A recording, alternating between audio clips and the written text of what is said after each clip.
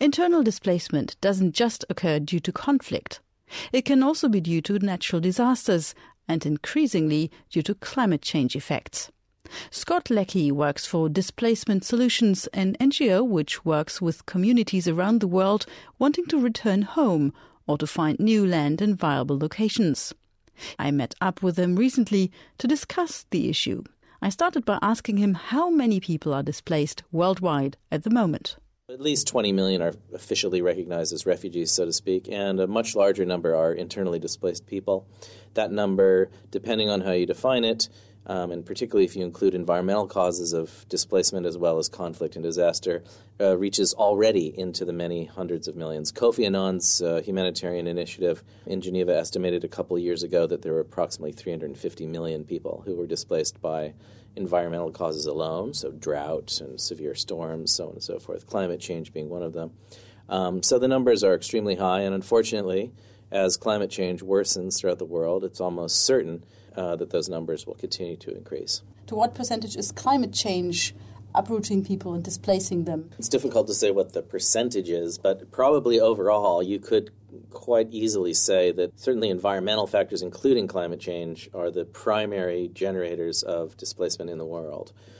Displacement caused by drought, displacement caused by changes in weather patterns, displacement caused by perpetual flooding where there was none before, rising sea levels, the loss of land, erosion, and a whole range of deforestation, a whole range of other kind of environmental factors. And add them all up, we're talking about a significant portion of the human race who is no longer able to live where they would prefer to live and where they used to live. There's no international or any agency that takes care of climate refugees. That term even doesn't exist so far. They don't have any rights, right? And there's no agency that would put them in refugee camps or feed them.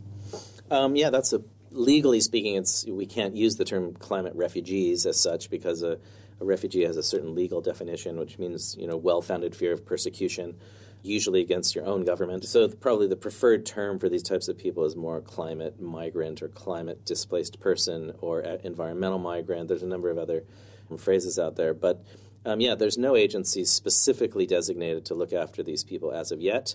There have been attempts to ask the United Nations High Commissioner for Refugees to take on this role and a number of other agencies, but states in particular, some of the more powerful ones, are not interested in allowing them to do that. So Why not?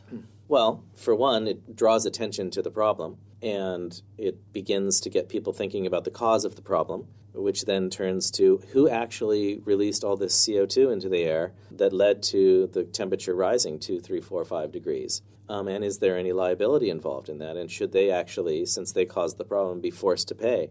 States have proven in rhetorical terms willing to make political commitments to pay for the adaptation measures required to find solutions for a lot of these people. There's a green fund that's been agreed recently, and it's meant to have $100 billion in it per year very soon that can be allocated to people who need to have adaptation measures undertaken. At present, though, there's virtually no money in this green fund. No one knows how exactly it's going to be accessed. And for countries making oral commitments that are never backed up by actual financial commitments. So when you add it all up, if you're a climate-displaced person, whose door do you knock on for assistance? And very few governments right now can answer that very simple question. Where do you go if your land is no longer viable? But there isn't really a designated person or institution within governments nor internationally who you can turn to where you can realistically expect some sort of assistance. And that's a gap that really needs to be fixed in the near term. And do you think it has to be fixed in legal terms? Do we need a new international law for people displaced by climate events? I think we certainly need a series of new statements and principles to be adopted at the international level that recognize clearly the rights of people who are displaced due to climate change. The Nansen Initiative is a new initiative backed initially by the governments of Norway and Switzerland and now joined by a number of other governments, including Germany very recently.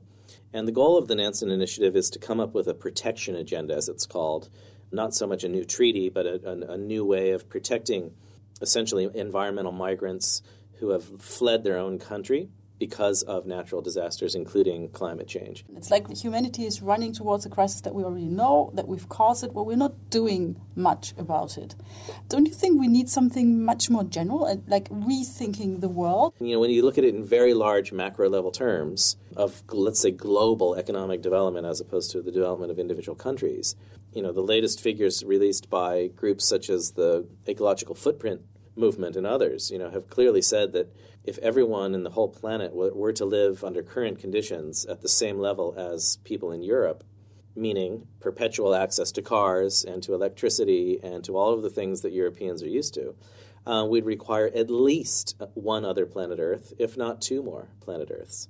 So we are on a global development path, which is ultimately suicidal. And that's really, if you want to look at things in the largest possible scale, we need to step back and reevaluate the type of economic system that we are pursuing.